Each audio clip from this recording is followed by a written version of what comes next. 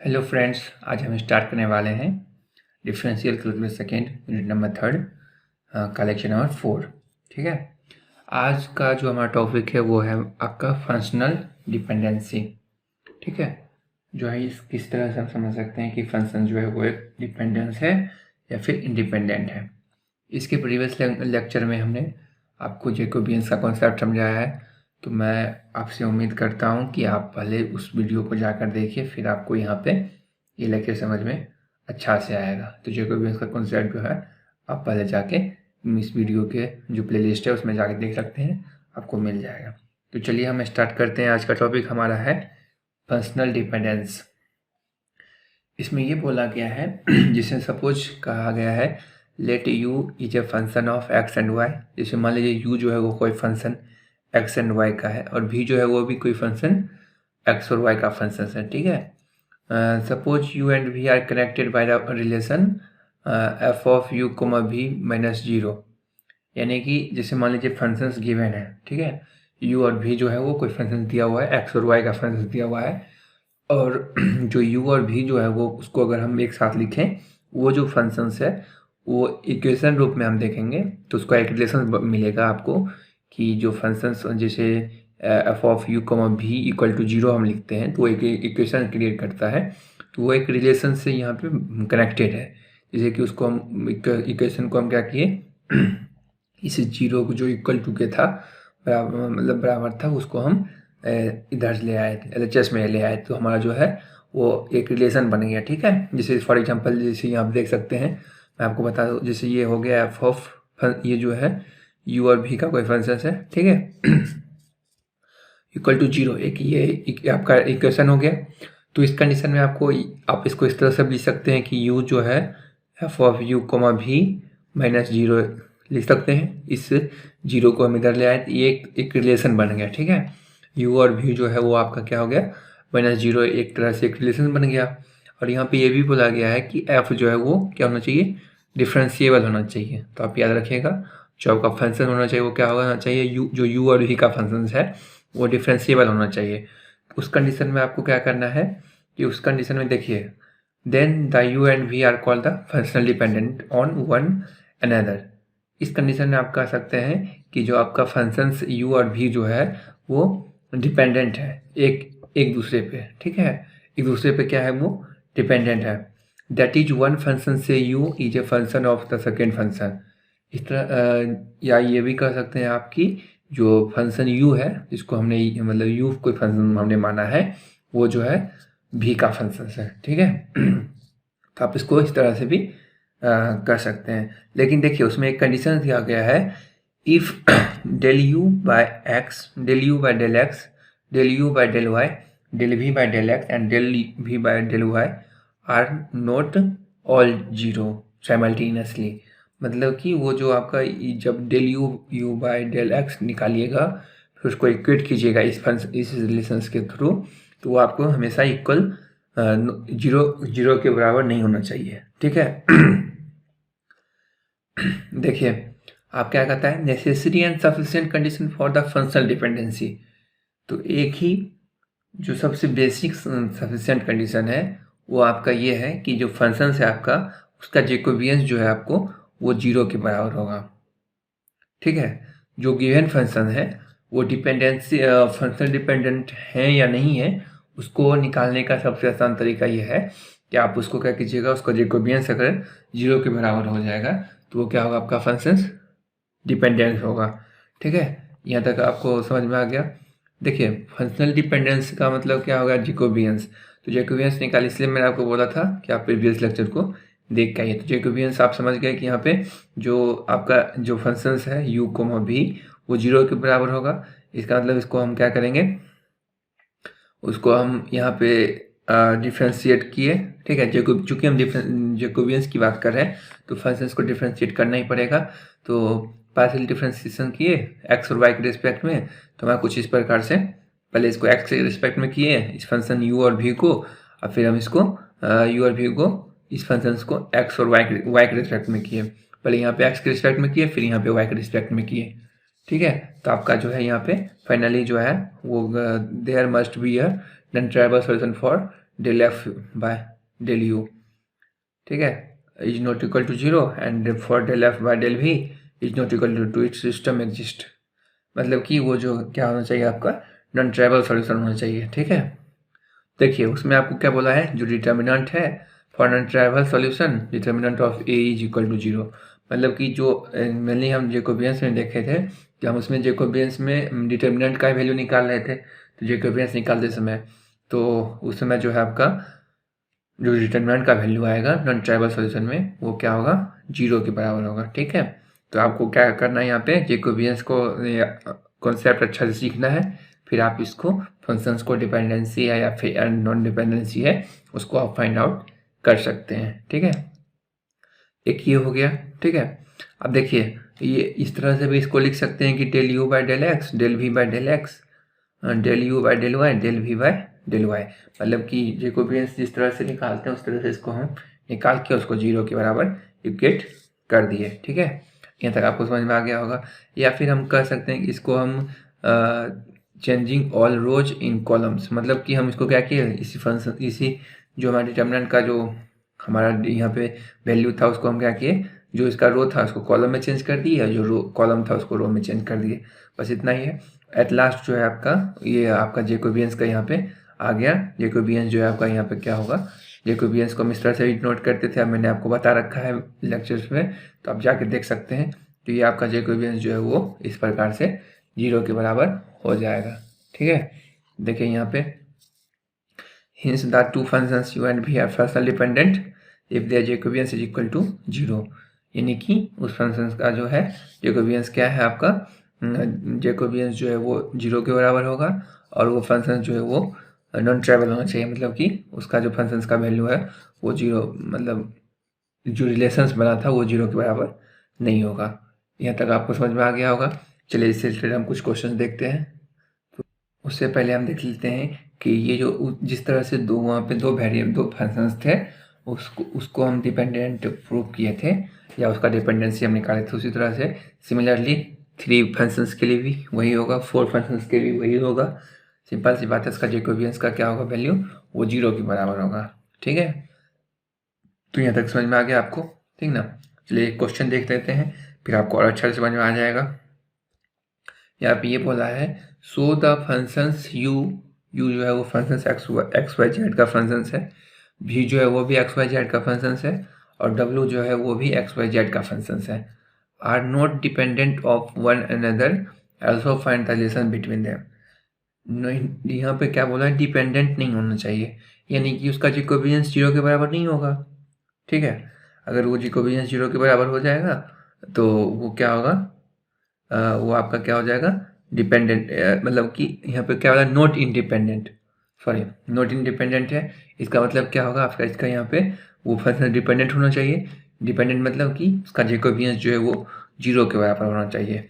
तो मैंने क्या किया यहाँ पे, आप देख सकते हो इसको सॉल्व करने के लिए सिंपल सी बात है, वही जैकोबियंस का फॉर्मूला आप यहाँ पे लगा लो। पहले यू को एक्स के रिस्पेक्ट में करो, यू को फिर वाई के रिस्पेक्ट में करो, फिर यू को जेड के रिस्पेक्ट में पार्शियल डिफरेंशिएशन करो, फिर उसके बाद भी को करो सिमिलरली जिस तरह से हम पार्शियल डिफरेंशिएशन करते हैं।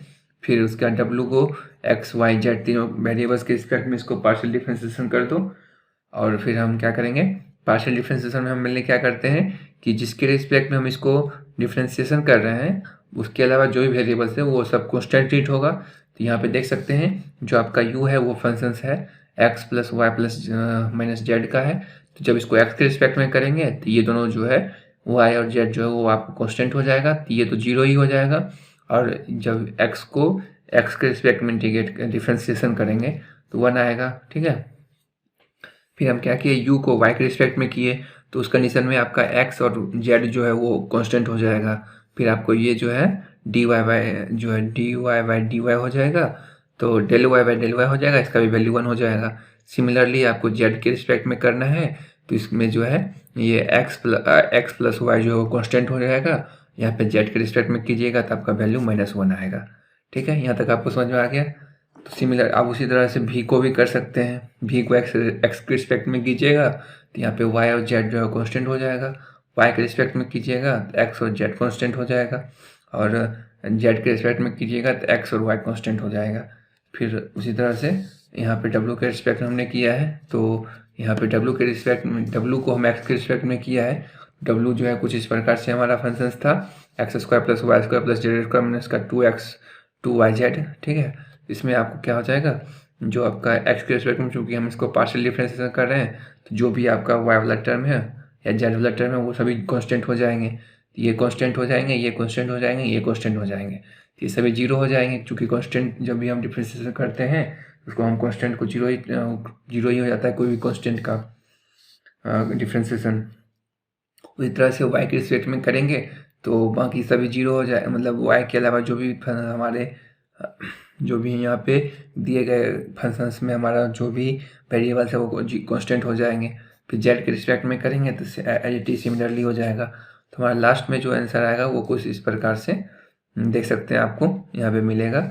अब यहाँ पे हमने क्या किया है, कॉलम को यहाँ पे इंटरचेंज कर दिया है, ठीक है। तो कॉलम को इंटरचेंज करने के लिए मतलब कॉलम 3 और कॉलम 2 को ऐड कर दिया कॉलम 3 के लिए, ठीक है। तो उस कंडीशन में आपको ये वैल्यू 0 आ गया, ठीक है। जब इसका डिटर्मिनेंट निकालिएगा तो आपको ओवरऑल जो आंसर आएगा वो क्या होगा, 0 आंसर आएगा इस पर डिटर्मिनेंट का, ठीक है। इस डिटर्मिनेंट को जब आप कीजिएगा, चूँकि आप देखिए डिटर्मिनेंट निकालने के लिए आपको आता ही होगा, लेकिन फिर भी मैं बता दे रहा हूँ एक बार। इसको यहाँ पे इस फर्स्ट कॉलम को हम देखेंगे पहले, फिर यहाँ पे 1 हो जाएगा, और फिर इसको इससे मल्टीप्लाई करेंगे 0 होगा, इससे मल्टीप्लाई करेंगे ये और ये पूरा ढक जाएगा, ठीक है। फिर इसको इससे मल्टीप्लाई करेंगे, इसको इससे मल्टीप्लाई करेंगे तो 0 ही होगा। फिर उसके बाद 1 को 0 से करेंगे 0 ही हो जाएगा। फिर ये आपका हो जाएगा -1 को यहाँ पे देखेंगे, -1 को यहाँ पे लेंगे अकॉर्डिंग टू डिटर्मिनेंट का फॉर्मूला।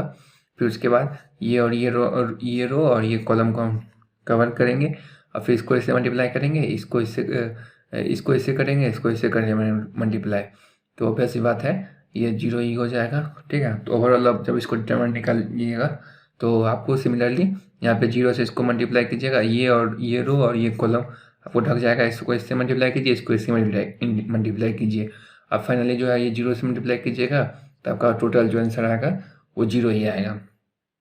तो यहाँ पे आप देख सकते हैं इस तरह से आपका क्या हो गया, जो है u भी w जो है वो इंडिपेंडेंट नहीं है, ये आपको प्रूफ हो गया, ठीक है। और दूसरा बात ये भी बोला गया है कि आपको यहाँ पे रिलेशन निकालना है। तो रिलेशन निकालने के लिए हम क्या करेंगे, जो हमारा u+v है और u+v और u-v, हमने ये रिलेशन यहाँ निकाला है, तो उसको हम जब u+v करेंगे तो आपका 2x आंसर आएगा, चूँकि u का वैल्यू x + y - z है और v का वैल्यू x - y - z है।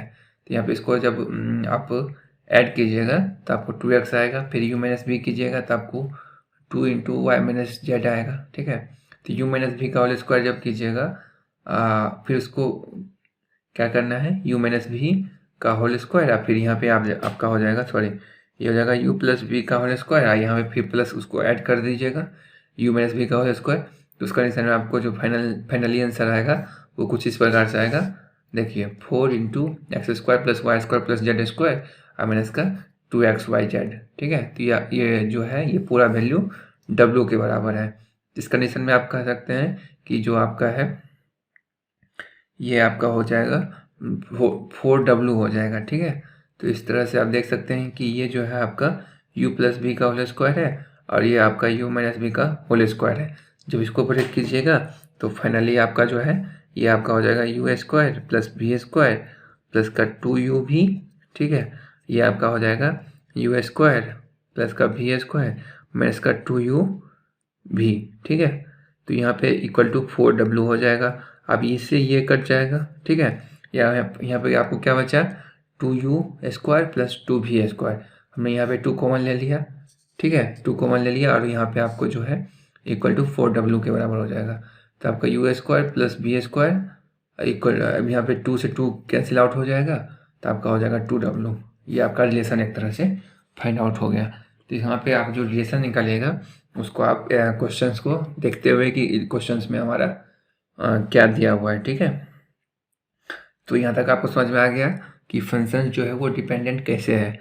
उसमें हमको फाइनली क्या देखना है लास्ट में, कि वो फंक्शंस का जो भी वैल्यू है उसका डिटर्मिनेंट जो है वो, तो पहला नंबर वो फंक्शन जो है नॉन ट्राइबल होना चाहिए, और नॉन ट्राइबल का क्या होता है, डिटर्मिनेंट जो है वो 0 के बराबर होता है, ठीक है। या फिर कर सकते हैं कि जो हमारा फंक्शन गिवन है उसका जब हम जैकोबियंस निकालेंगे तो वो आपका 0 के बराबर होना चाहिए, तब वो आपका फंक्शन डिपेंडेंट हो जाएगा। ठीक है, अब देखिए यहाँ पे देखिए नेक्स्ट टॉपिक आपका आता है अप्रोक्सीमेशन ऑफ एरर्स। मतलब कि हम जब कोई फंक्शंस है उसको उसमें हम क्या करते हैं, अप्रोक्सीमेट वैल्यू निकालते हैं, उसमें हमें कुछ ना कुछ एरर आते हैं। ठीक है, क्योंकि हम अप्रोक्सीमेशन जब निकालेंगे, जैसे कि हम देखिए राउंड ऑफ करते हैं तो उसमें भी हमें अप्रोक्सीमेट वैल्यू लिखते हैं। ठीक है ना, तो उस कंडीशन में आपको क्या करना होगा, जैसे आपका कोई फंक्शंस गिवन है तो उस कंडीशन में आपको क्या करना होगा कि उसमें भी आपको अप्रोक्सीमेशंस निकालना होगा। मतलब अप्रोक्सीमेशंस की मदद से ईयर को फाइंड आउट करना होगा। ठीक है, जैसे देख लीजिए इसमें आपको बोला गया है let u is a functions of x and y, u जो है वो फंक्शंस एक्स एंड वाई का है, then the total differentiation of u. इस कंडीशन में जो आपको मैंने टोटल डिफरेंशिएशन का फॉर्मूला बता रखा था वो कुछ इस प्रकार से आएगा। क्या आएगा देखिए, वो आपको आएगा d u equal to del F upon del x into del x. ठीक है, फिर आपका del F upon del Y into del y हो जाएगा। ठीक है, ये आपका टोटल डिफरेंशिएशन हो जाएगा। देखिए टोटल डिफरेंशिएशन का फॉर्मूला ये हो गया। अब आगे देखते हैं, if del x and del y are increment in x and y respectively, then the total increment in del u is given by। यानी कि मान लीजिए यहाँ पे कि जो x में है वो डेल x जो है वो इंक्रीमेंट, डेल x का मतलब हो गया कि एक माइन्यूट इंक्रीमेंट हुआ। ठीक है, थोड़ा सा इंक्रीमेंट कर दिए हम, और y में भी कर दिए, तो जो टोटल इंक्रीमेंट हो जाएगा वो आपका क्या हो जाएगा, जैसे कि यहाँ पे देख सकते हैं डेल यू जो है वो आपका किसके बराबर हो जाएगा, f of x plus del x. ठीक है, फिर आपका फिर वाई प्लस डेल वाई हो जाएगा, मतलब एक्स और वाई में दोनों में इंक्रीमेंट हुआ है, और उसमें से हम क्या करेंगे, जितना इंक्रीमेंट हुआ उसमें से हम फंक्शंस को, जो हमारा फंक्शंस था उसको हम घटा देंगे। करने का मतलब ये हुआ कि जैसे मान लीजिए अगर बोला जाए एक्स में 0.1 से इंक्रीमेंट हुआ, ठीक है, और वाई में जो है वो आपका 0.2 से इंक्रीमेंट हुआ। ठीक है, तो जो फाइनली जो हमारा पहले जो क्वेश्चन था वो था functions f of x and y. ठीक है, ये फंक्शन जो है एक्स और वाई का फंक्शंस था, लेकिन इसमें इंक्रीमेंट हो गया, तो जो आपका जो इंक्रीमेंट हुआ है इसको हम टोटल इंक्रीमेंट जब हम इसका फाइंड आउट करेंगे, उसमें आपका जो डेल यू, मतलब यू जो है वो फंक्शंस है एक्स और वाई का। ठीक है, तो इसमें जो इंक्रीमेंट होगा उसमें हम क्या करेंगे, जो इंक्रीमेंट हुआ वो फंक्शंस है, ठीक है, जो इंक्रीमेंट फंक्शंस है और फिर उस फंक्शंस को हम क्या करेंगे यहाँ पे माइनस कर देंगे, तो ये आपका हो जाएगा जो है टोटल इंक्रीमेंट। ठीक है ना, तो यहाँ पे वही लिखा हुआ है कि जो टोटल इंक्रीमेंट आपका होगा वो कुछ इस प्रकार से होगा। ठीक है, उस फंक्शंस में से जो इंक्रीमेंट हुआ उस फंक्शंस का वैल्यू, उसमें से हम क्या करेंगे, जो हमारा इनिशियल फंक्शंस था उसको हम घटा देंगे। ठीक है, इनिशियल फंक्शंस का वैल्यू को घटा देंगे, या फिर हम इसको इस तरह से भी लिख सकते हैं कि जैसे देखिए यहाँ पे हमने क्या किया है कि इसको हम LHS में ले आए, इसको RHS में ले गए, तो ये चूँकि ये जो है आपका माइनस में था, इधर आके प्लस में हो गया, तो ये हो गया f of x plus y plus del y, ये टोटल इंक्रीमेंट हो गया। ये आपका फाइनल जो है यहाँ पे फॉर्मूला का वैल्यू फॉर्मूला आ गया। ठीक है, फॉर्मूला जो है कुछ इस प्रकार से है कि F of x plus del x plus y plus del y, मतलब कि एक्स में जो इंक्रीमेंट हुआ और जो वाई में इंक्रीमेंट हुआ उस दोनों का जो हम वैल्यू निकालेंगे वो किस प्रकार से होगा कि F of x plus X Y मतलब function of X Y and plus del you. ठीक है, इस प्रकार से आप इंक्रीमेंट का निकाल सकते हैं। लेकिन यहाँ पे एक चीज़ और देख लीजिए, जो आपका जो डेल यू है, मतलब चेंज इन जो टोटल इंक्रीमेंट था उसको, वो किसके इक्विवेलेंट है, डी यू के इंक्रीमेंट है, इक्विवेलेंट है, और जो डेल एक्स है वो डी एक्स के इक्विवेलेंट है, मतलब डेल एक्स इंक्रीमेंट है, और जो आपका डेल यू जो है वो आपको डेल वाई जो है वो भी डेल वाई मतलब डी वाई के इक्विवेलेंट है। ठीक है, उस कंडीशन में आपको क्या होगा, जो इक्वेशन नंबर 1 से कि जो इक्वेशन नंबर 1 आपका कुछ इस प्रकार से था, जो आपका जो इक्वेशन जो आपने टोटल डिफरेंशिएशन का फॉर्मूला निकाला था वो कुछ इस प्रकार से था कि d u equal to del F upon del x into d x, ठीक है, और फिर प्लस का del F upon del Y into d y. तो यहाँ पे देखिए जो आपका ये आपका जो डेल यू है वो डी यू के बराबर है, तो डी यहाँ पे डी यू को हमने डेल यू लिख दिया। डी एक्स जो है आपका डेल एक्स के बराबर है, यहाँ पे हमने डेल एक्स लिख दिया, और जो डी वाई है वो आपका डेल वाई के बराबर है, तो यहाँ पे हमने डेल वाई लिख दिया, ठीक है। ये आपका इक्वेशन नंबर 3 हो गया।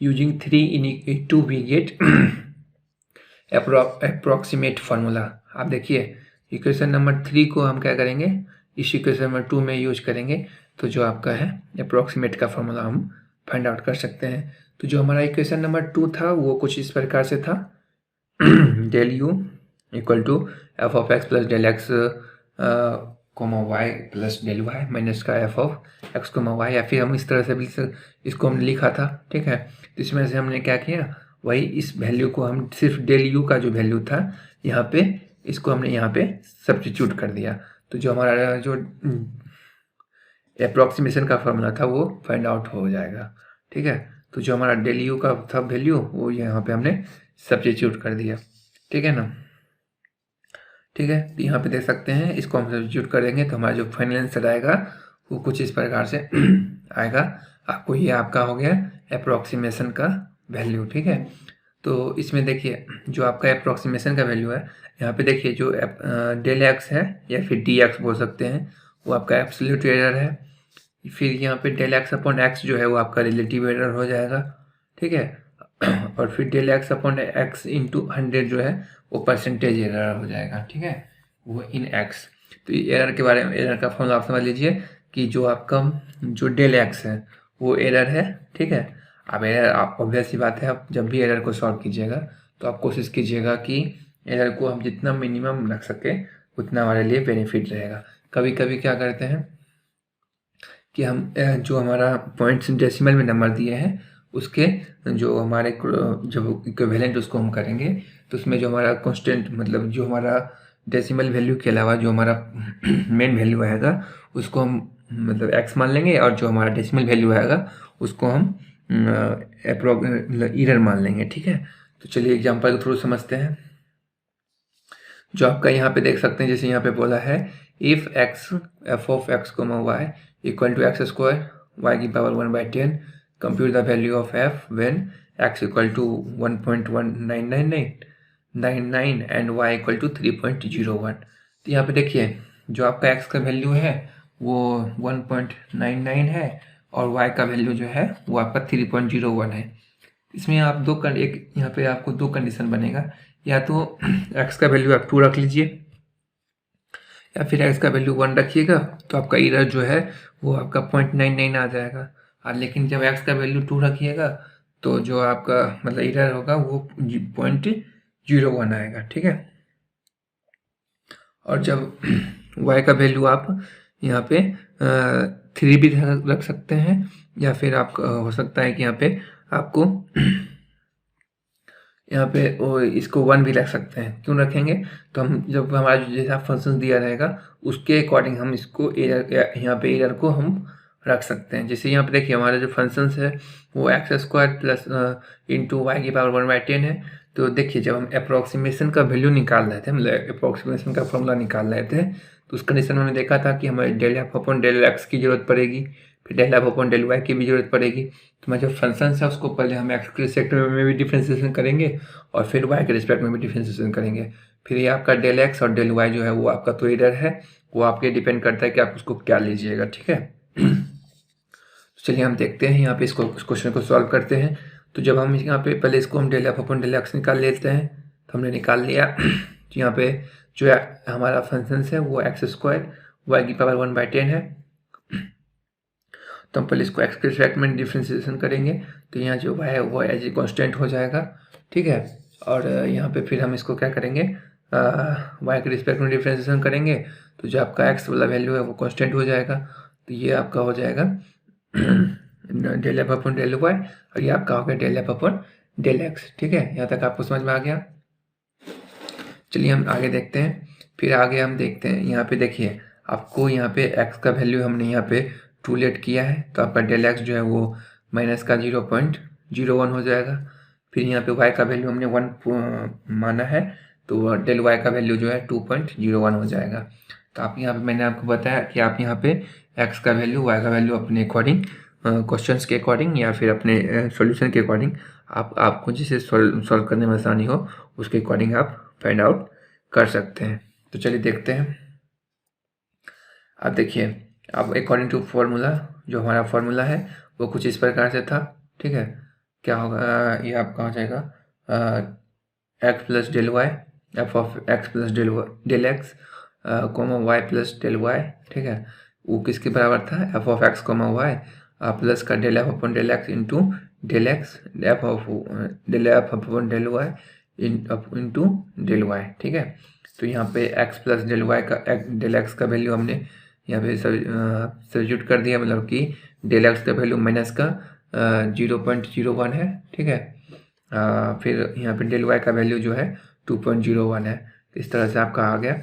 अब देखिए कुछ नहीं करना, इस फॉर्मूला में हम इस पूरे वैल्यू को x और डेल एक्स का वैल्यू को और del F upon x del F upon del Y का वैल्यू को हम सब्स्टिट्यूट कर देंगे इस फॉर्मूला के अकॉर्डिंग, हम और बाकी हमारा जो है आंसर आ जाएगा। देखिए यहाँ पे जो हमारा फॉर्मूला था वो कुछ इस प्रकार से था, एफ ऑफ 2,1, चूँकि एक्स का वैल्यू 2 और वाई का वैल्यू 1 हमने सब्स्टिट्यूट किया है। फिर यहाँ पे हमने क्या किया है, डेल एफ अपॉन एक्स, तो डेल एफ अपॉन एक्स का वैल्यू यहाँ पे आप सब्स्टिट्यूट किया, ठीक है। यहाँ पे वाई का वैल्यू सब्स्टिट्यूट किया, तो वाई का वैल्यू यहाँ पे 1 समझ रहे होंगे आप कि हम 1 क्यों लेट किए हैं, क्योंकि 1 का वैल्यू 1/10 हो जाता, वो मतलब 1 की पावर 1/10 होता। या फिर अगर हम 2 लेंगे तो 2 का वैल्यू अगर हम 2 की पावर 1/10 को हम सॉल्व करना आसान नहीं होता, इसलिए हम यहाँ पे y का वैल्यू 1 लेट किए थे, ठीक है। तो यहाँ तक आपको समझ में आ गया होगा। तो जब हम यहाँ पे देख सकते हैं कि जो आपका del F upon del x है और del F upon del y है, उसमें हम जो है यहाँ पे इस फॉर्मूला में हम क्या किए, इसको पहले सब्स्टिट्यूट किए, फिर उसमें से हम जो हमारा वैल्यू था उसको सब्स्टिट्यूट करने के बाद जो हमारा फाइनल आंसर आएगा वो कुछ इस प्रकार से आएगा आपका, f of 1.99, 3.01 equal to 2 square into 1 की power 1/10 minus plus minus 0.04 plus का 0.0804, ठीक है। फिर यहाँ पे 2 की पावर 2 हो जाएगा 4, 1 की पावर 1/10 तो 1 ही हो जाएगा, ठीक है। इसको 2 फिर 4 को 1 से मल्टीप्लाई करेंगे तो 4 ही हो जाएगा, फिर प्लस माइनस माइनस हो जाएगा, और फिर यहाँ पे आपको प्लस यहाँ पे प्लस का 0.84 हो जाएगा। फाइनल आंसर आपका कुछ इस प्रकार से आएगा 4.764, ये आपका हो जाएगा वैल्यू किसका, किस पे आ जाएगा, फंक्शंस का वैल्यू आ जाएगा, किस पे आ जाएगा, एक्स पे, एक्स का जो वैल्यू था 1.99 और वाई का जो वैल्यू था 3.01, उस पे आपका जो है ये फंक्शंस का वैल्यू हो जाएगा। तो इस तरह से आप देख सकते हैं कि किस तरह से हम अप्रॉक्सीमेशन वैल्यू की मदद से हम इस फंक्शंस को सॉल्व कर दिए। तो जल्दी मिलते हैं नेक्स्ट लेक्चर में। आज की लेक्चर देखने के लिए बहुत बहुत धन्यवाद। Thank you so much.